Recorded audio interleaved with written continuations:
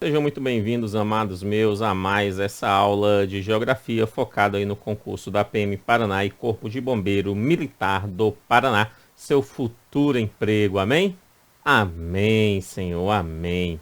Amados meus, nós vamos trabalhar sobre agora, né, as redes de transportes, de energia e de telecomunicações.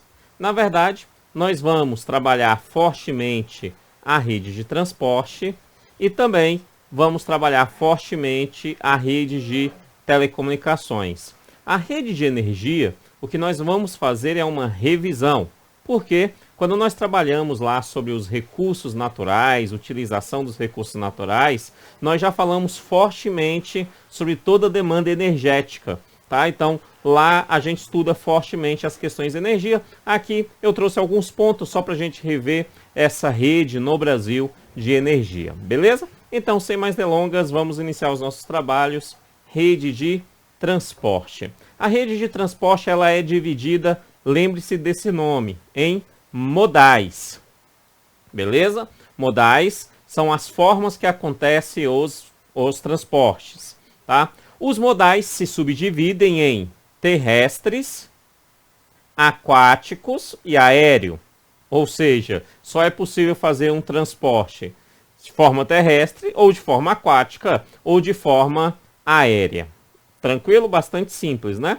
Quando falamos nos terrestres, nós temos a forma do rodoviário, as rodovias, né? E entra aqui também as estradas. Na estrada, segundo o Código de Trânsito Brasileiro, são rodovias não pavimentadas, né? Não pavimentada, ela é aí uma estrada, beleza? Então, mas aqui nesse contexto geral, elas entram aqui, dentro desse campo rodoviário, se não for legalista conforme a CTB, o Código de Trânsito Brasileiro, beleza? Então, rodoviário entre todas as estradas, as rodovias, né? Propriamente dito, federais, estaduais e municipais, né? As ferroviárias, tem a ferroviária, né? As ferrovias, a metroviária, né? Que é o metrô, né? Que é um transporte sobre trilho fundamentado na energia elétrica, né?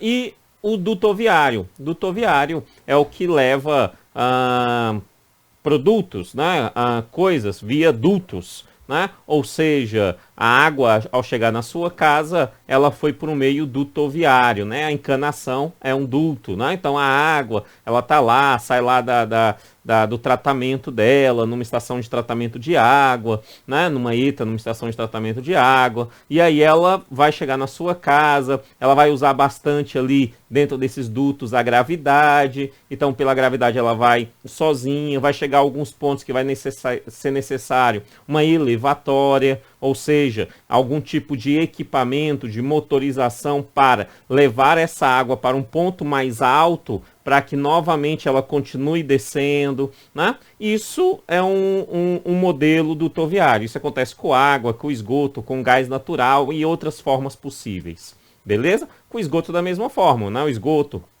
sai da sua casa e ele vai lá por uma rede, ele vai pegar muita gravidade também, vai precisar de elevatórios em alguns pontos até chegar, se Deus assim permitir, né, numa estação de tratamento de esgoto, numa ET, né? E nessa estação vai fazer todo o tratamento, vai corrigir o pH da água para novamente voltar aí, né, essa água à natureza com pH ali neutro, bonitinho, podendo assim retornar à natureza, beleza? Então, isso é uma forma de transporte, nós chamamos isso de forma de transporte dutoviária, ela via duto, de boa? Ela está entre os modais terrestres. Além dos modais terrestres, nós temos o aquático, né, os modais aquáticos. Basicamente, nós podemos dividir eles em marítimo, mar, oceano, fluvial, bacias hidrográficas, rios, e lacustre, né?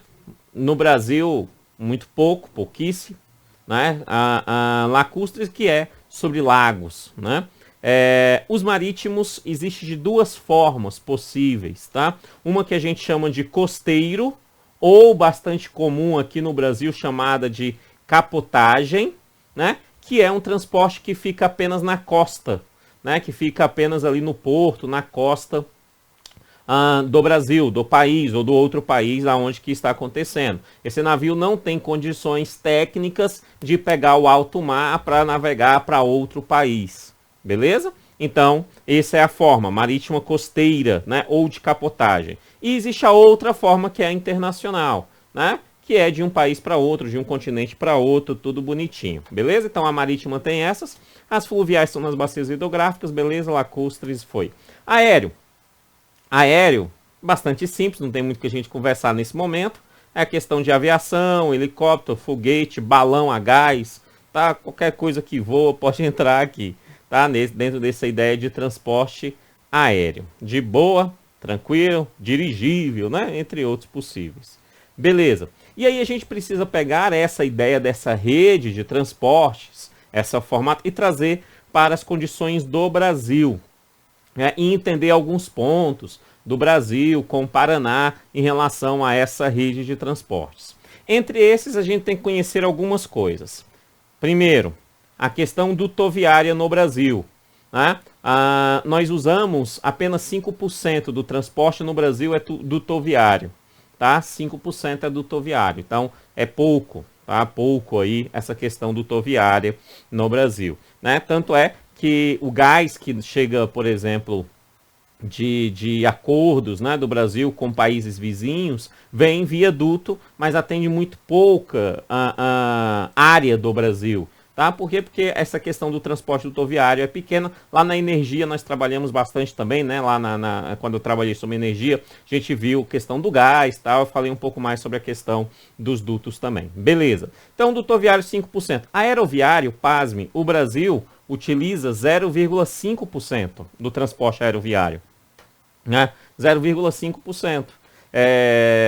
Como eu moro em Brasília, no Distrito Federal, para mim é uma informação que o meu senso comum discorda. Por quê? Porque eu vejo avião todo momento. Né? Eu estou nos principais aeroportos, próximo dos principais aeroportos do Brasil. Né? Mas no Brasil, de forma geral, é mínimo. Tá? É mínimo. Por quê? Porque a nossa aviação ela tem de 0,5%. Né? Eu trouxe aqui um mapinha que demonstra aqui para você. Deixa eu abrir mais um pouco aqui. Os aeroportos, por exemplo, ó, aqui esse de vermelhinho, de vermelho, são os principais aeroportos brasileiros. Então você tem Brasília, nós estamos aqui, nós temos aqui São Paulo, Rio de Janeiro, né? Então você tem aeroportos onde que tem um fluxo muito grande de pessoas. Mas isso são poucos em relação ao tamanho do Brasil. Depois nós temos em segundo colocado de amarelo. Lembrando que entre os de segundo colocado amarelo, nós temos Curitiba. Tá? Então o aeroporto de Curitiba, né, ele está entre aqueles que atendem passageiros em grande escala, mas ainda não está entre os maiores do Brasil, beleza? E aí depois você vai tendo diminuindo em azulzinho, tal, e cada um com pequenos aeroportos. Olha o tamanho do Brasil e a quantidade de aeroporto que nós temos neste país. Muitas cidades, para conseguir pegar um voo, é necessário aí o cara andar de ônibus, andar a cavalo, andar de canoa, 1.000, 2.000, 3.000 quilômetros, se brincar, para conseguir chegar no aeroporto, né, para poder viajar aí de avião, beleza? Tão simples assim, mas essa é uma perspectiva. Então perceba que nós temos apenas 0,5% do transporte brasileiro é aéreo, tá? Carga e pessoas, 0,5% aí, beleza? Fechou? Show, né? Show. Depois disso, diminuir aqui. Depois disso nós temos aí o transporte hidroviário.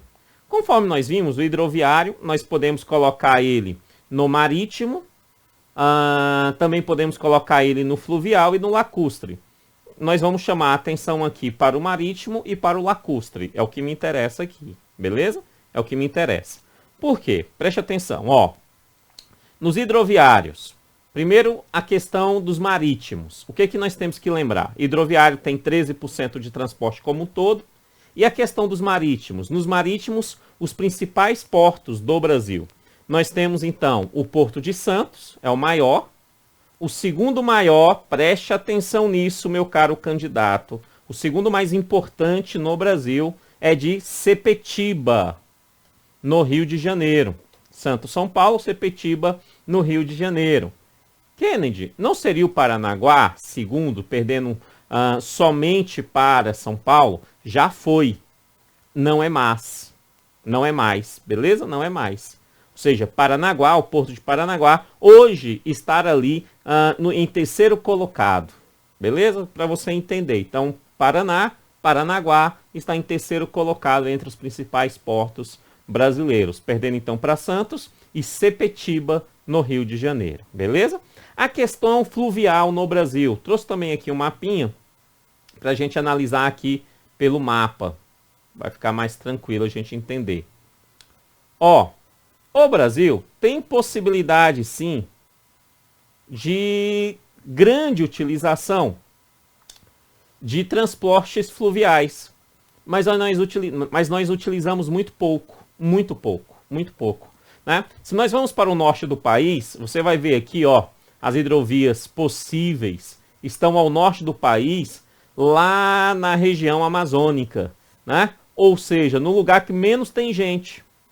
Então isso significa que os transportes fluviais ali também serão muito poucos, serão irrisórios, né? Então nós não utilizamos essa área com os transportes fluviais da forma que eles têm capacidade técnica, geográfica, né, geológica de poder ser utilizado, beleza? Então tá lá. Um outro ponto que nós temos aqui, já aqui no Tocantins, né, que pega ali também do norte do país, até chegar aqui em Pontinho, Tocantins, né? Nós temos aqui no Nordeste o Rio São Francisco, né, bastante importante o Rio São Francisco, principalmente quando a gente fala aí sobre a questão de irrigação, né, a transposição do Rio São Francisco, também é bastante navegável, né? Nós temos aqui o Paraguai, né, o rio aqui Paraguai, que também pode, e nós temos, adivinha, o Paraná-Tietê. O Paraná-Tietê, pega aqui todo o Rio Paraná e o Tietê aqui, né, Tietê aqui e o Rio Paraná, eles também são altamente navegáveis, né? Altamente navegáveis, beleza? Então, dentro dessa estrutura que nós temos, e aqui no sul também nós temos, no sul, uma outra possibilidade de navegação. Aqui em Roraima também e tal, beleza, mas são menores, né?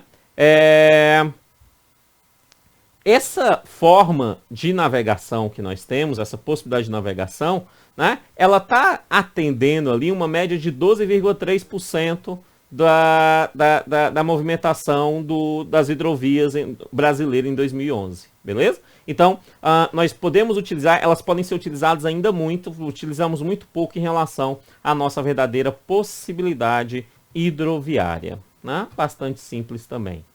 Ok. Rodoviária. Rodoviária.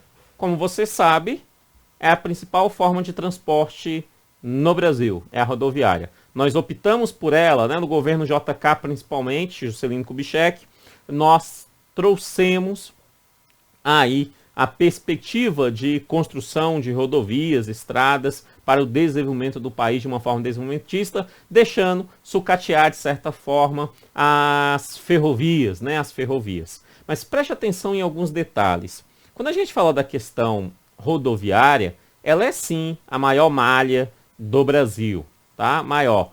Porém, comparado com outros países, ela é muito pequena. Se comparado com nosso vizinho, a Argentina, a quantidade de atendimento pela malha rodoviária brasileira é mínima em relação, por exemplo, à Argentina, né? Nós temos sim, então, uma possibilidade de poder crescer ainda bastante também na questão de malha rodoviária. Alguns detalhes sobre ela, olha lá. 53% da carga no Brasil vai de forma rodoviária. 90% dos passageiros, né, de pessoas viajando pelo Brasil, aproximadamente, é também via rodoviária, tá? A nossa malha rodoviária, ela é razoavelmente grande, mas é pequena em relação a outros lugares. 1,7 milhão, né, de quilômetros quadrados. de quilômetros, né, quilômetros quadrados não, de quilômetros de extensão. Sendo que 79% disso é pavimentada. Ou seja, tem asfalto. 79%, quase 80% tem asfalto. Né? É não pavimentada, minta, é não pavimentada, tá? Quase que 80% é não pavimentada, que não ficou aqui escondido, ó. É não pavimentada, tá? Então quase que 80% é não pavimentada. É estrada, é terra, beleza? Sendo assim, o restante, ou seja, 12,9% é pavimentada. Tem asfalto, tá? Tem asfalto aí, beleza? De boa? Lembrando um detalhe importante, né? Dentro da pavimentada, ela pode ter de duas formas. Ela pode ter a pista simples e ela pode ter a pista duplicada. É óbvio que nós sabemos que a pista simples, aquela de mão dupla, tem muito mais rodovias de mão dupla no país do que duplicada, né, de via única, certo? Ou seja, desses 221.820 quilômetros que tem aí asfalto, né, a malha pavimentada, apenas 9.500 quilômetros é de pista duplicada no Brasil. Muito pouco, beleza? Muito pouco aí, se comparar com outros países, né? A gente fala que é pouco ou muito em casos como esse. Se atende ou não às necessidades de um povo, no caso do Brasil, e não atende às nossas necessidades. Né? Então é pouco. E 2, se a gente pega isso e compara com outros países. Ao comparar com outros países, aí nós percebemos que é pouco mesmo. Tá? Então simples assim.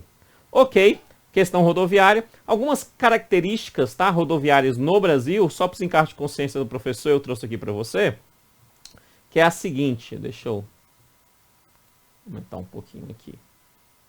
A forma que nós dividimos, organizamos as nossas rodovias no Brasil, tá?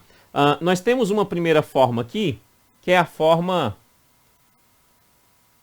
radial, né? Radiais, que sai daqui de Brasília, né? Nossa. E daqui ele vai fazendo aqui um sistema de raio para outros pontos, é a forma radial, beleza? Então nós temos esse ponto. Uma outra forma que nós temos é a forma das longitudinais, que são aquelas rodovias que fazem esse modelo de estrutura, né? Nós temos as transversais, vai passar o Brasil até chegar nos nossos vizinhos, né? Então ele sai daqui do Oceano Atlântico, indo em direção aos nossos países vizinhos, beleza? E as diagonais, né? E as diagonais, como o nome diz, elas são colocadas em formas diagonais. Então, as rodovias brasileiras, elas vão estar caracterizadas em uma delas. Ou ela é uma radial, ou ela é uma longitudinal, ou ela é uma transversal, ou ela é uma diagonal. Beleza? É isso que a gente precisa lembrar para fins de prova. Ok.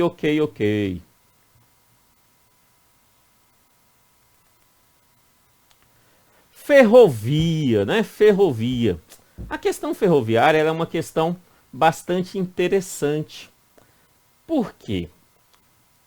Primeiro, é um transporte muito importante na história do mundo, na história do Brasil também, né? E foi sucateado com a vinda, principalmente, das questões rodoviárias, né? Mas essa questão ferroviária, ela está tendo um crescimento interessante, tá? Tendo um crescimento interessante. Vamos ver alguns detalhes, ó, preste atenção. 30% da carga brasileira, ela vem via ferroviária, ela é transportada via ferroviária, 30%. Tá? Os passageiros, eles têm, né, trens de passageiros são pouquíssimos no Brasil. Os principais se encontram principalmente no centro-sul brasileiro, no sudeste, mais especificamente na cidade de São Paulo. Né? Os trens de passageiro ficam principalmente na cidade de São Paulo, né? Na cidade de São Paulo. Certinho? Então lá se tem destaque. É óbvio que nós sabemos que em Curitiba tem um trem de passageiro que vai, né, principalmente para turistas, tal, que vai até ali cidades portuárias, né? É um trem de passageiro. Então ele também conta aqui também, porque ele vai aí levando o turista, inclusive eu já dei um rolezinho nesse trem. né, ele entra também. Mas perceba, é o Centro-Sul brasileiro, Curitiba. Então, trens de passageiros é pouquíssimo no Brasil, né, e a maioria deles se encontram em áreas urbanas com grande massa de pessoas, né, principalmente em São Paulo. Né? Se você vai dar um rolê de São Paulo, você vai chegar em algumas centrais, onde você pega o ônibus de um lado, do outro você pega lá o metrô, né, e à direita tá lá o trem. Daqui a pouco só falta um avião, um helicóptero, que vai crescer. Mas esses três já tem no mesmo modal, no mesmo lugar ali em São Paulo, tranquilamente. Né? Por isso que pessoas pegam ônibus, trem e metrô no mesmo dia para ir trabalhar e voltar para casa. Tem pessoas em São Paulo que faz isso, beleza? Então você tem aí passageiro, fica apenas com 1.200 quilômetros, né? 1.200.000 quilômetros de toda a malha, de 1.200 quilômetros de toda a malha. Beleza para passageiros. E aí eu trouxe aqui uma comparação para a gente visualizar o crescimento desses modais no Brasil, tá? Contra essa comparação aqui e uma projeção para a gente visualizar bem. Ó, quando nós vimos aqui, ó, perceba, ferroviária, ela em 2005, ela tinha 25%. 25%. 2011, 30%, a média atual, né? 36% é para 2025. Então, em 2025, nós queremos ter 36%, crescimento de 6%. Certinho? Rodoviário, ó, rodoviário em 2005, 58%. Em 2011, 52%. Em crescimento, né? Em crescimento. E em 2025 vai crescer 30%. Ou seja, o ferroviário vai crescer 36% e o rodoviário vai crescer 30%. Isso significa que ferroviário, a tendência para os próximos anos é crescer mais do que o rodoviário. Tá? Essas são as tendências. Perceba que isso é interessante ainda proveniente de governos passados. Desde o governo Dilma, principalmente, que nós estamos tendo um crescimento ferroviário no Brasil interessante, tá? Governo Dilma, Temer também fez, não destacou, e agora, no governo Bolsonaro, continua esse crescimento aí das questões ferroviárias, né? Bastante interessante esse crescimento. Beleza. Aquaviário, 2005 cresceu 13%, 2011 13%, 2025 29%. Dutoviário 36, 5,5, né, 5. E aéreo, ó, 0,4 em 2005, 2011 eles não me dão uma informação, e 2025 nós queremos 1% do transporte aí aéreo no Brasil. Beleza? Pronto, essa é a rede de transporte no mundo, no Brasil, destacando aí alguns pontos no Paraná, entre eles o Porto de Paranaguá, né, a questão ferroviária de próprio Curitiba, né? E ainda, que nós estudamos bastante em história, né? Quem teve história comigo. E ainda nós temos aqui a questão do porto, a questão fluvial, né? Do rio Paraná, Tietê, que também consegue fazer a questão fluvial lá. E o aeroporto, que está entre os segundos maiores, né? Digamos assim. Então, só perdendo para Brasília, São Paulo, Rio de Janeiro, aí começa Curitiba entre os demais, que está ali, Curitiba, Fortaleza, né, que está ali entre os demais aeroportos. Beleza, essa é a rede de transportes, né? E aí, nós chegamos então na rede de telecomunicação. Telecomunicação. Quando a gente fala em rede de telecomunicação, a primeira coisa que eu preciso, para ficar claro, é mostrar essa imagenzinha aqui para você. A telecomunicação ela pode ser feita de diversas formas, né? Aqui nós estamos utilizando um desenho de um modelo de radiodifusão. Radiodifusão são ondas, né, eletromagnéticas e ondas de forma geral que transmite algum tipo de informação. Tá? Consegue transferir algum tipo de informação. Tá? As ondas elas são naturais, elas são finitas, né? As ondas eletromagnéticas elas são finitas, mas elas são naturais. Por exemplo, o que eu estou falando agora, né, para que alguém esteja escutando o que eu estou falando, é necessário que ela pegue uma onda e chegue no receptor, que é o ouvido da outra pessoa. Sem as ondas, não seria possível que isso acontecesse. Essa onda a gente consegue ampliar através de energia, então eletromagnética, né, de forma eletromagnética. Tá?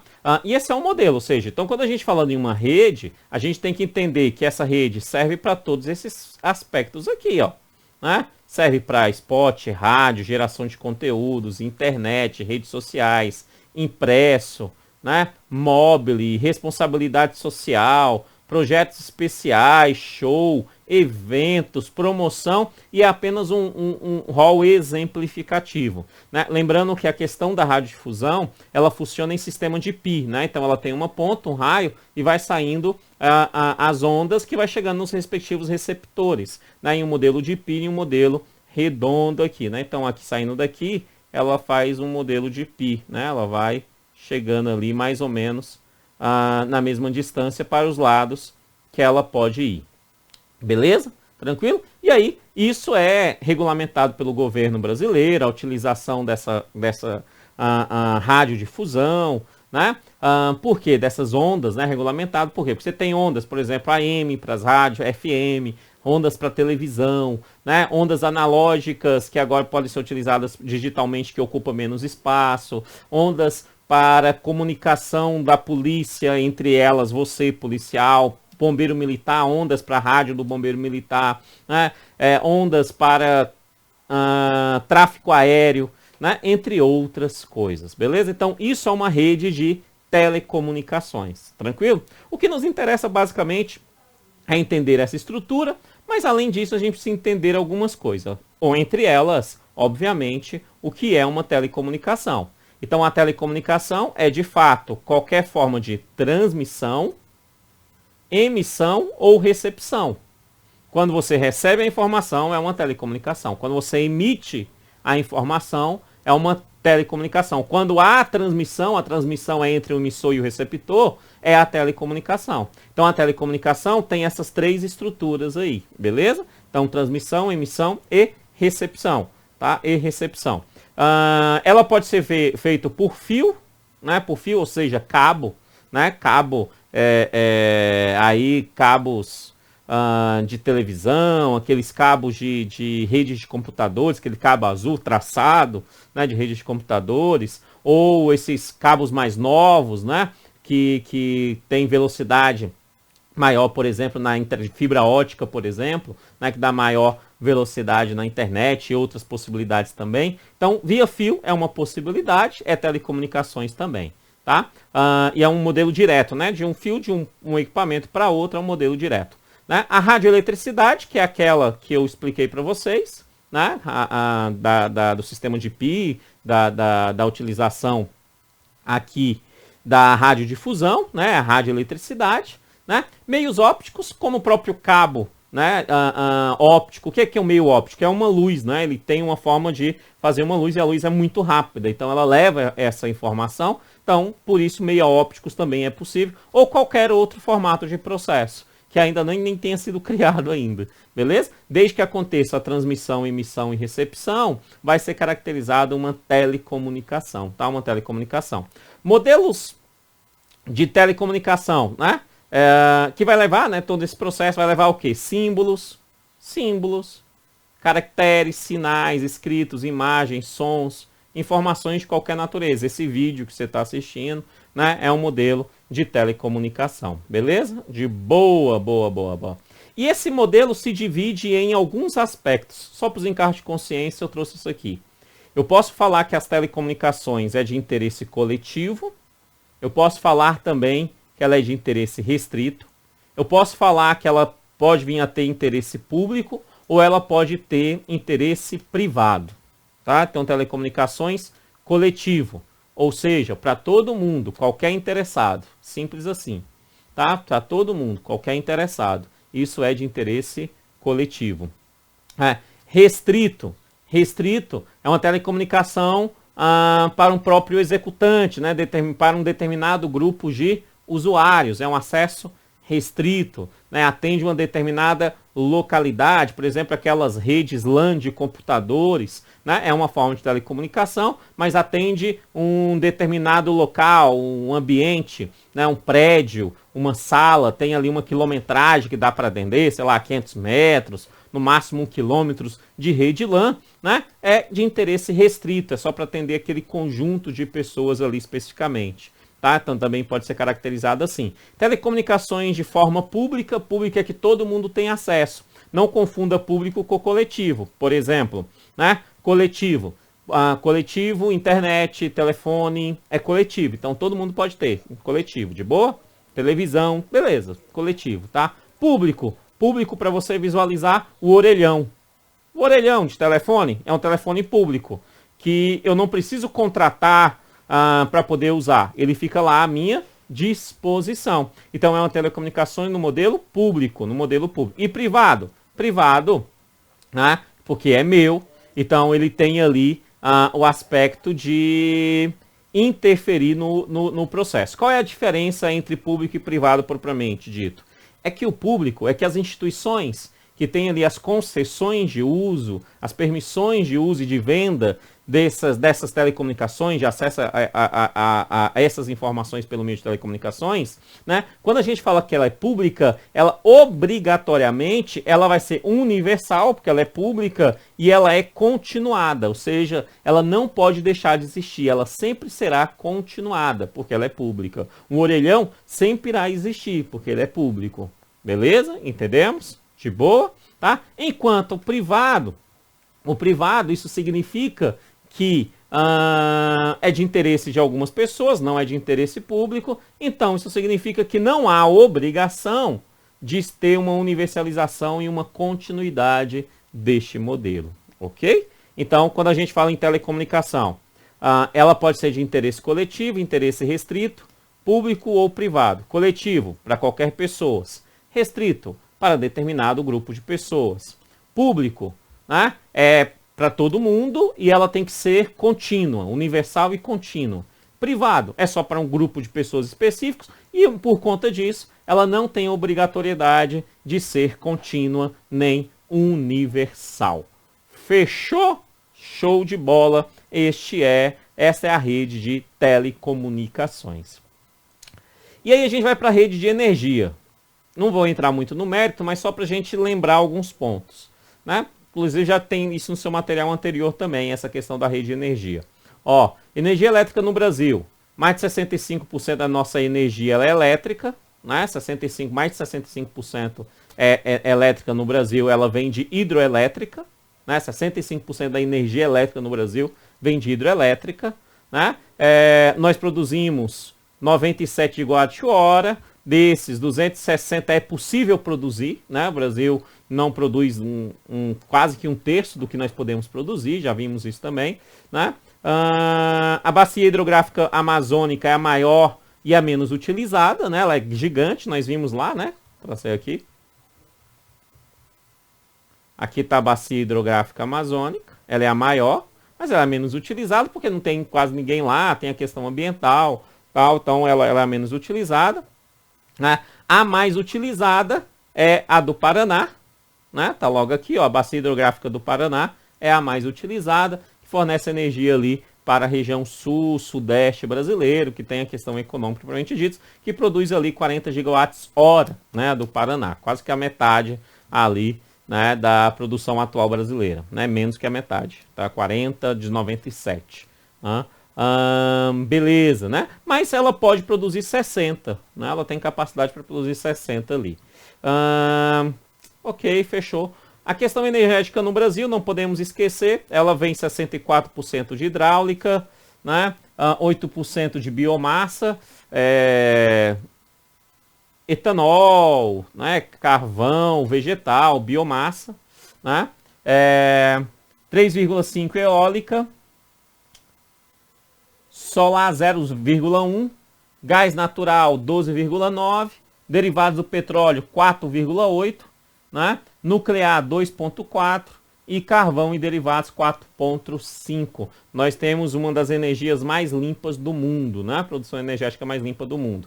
E essa produção ela é distribuída no uso. E entre esse uso, ela se divide da seguinte maneira: 33% quem usa é a indústria, 32% são os transportes, as residências fica com 9,7%, né? O setor energético para produzir energia fica com 10,3%, né? Agropecuária com 4%, serviços com 4% e 5,8% de uso não energético. Tá? Essa é a estrutura da rede de energia no Brasil. Crianças minhas, muito obrigado, que Deus abençoe e até a próxima aula. Valeu, tchau, tchau.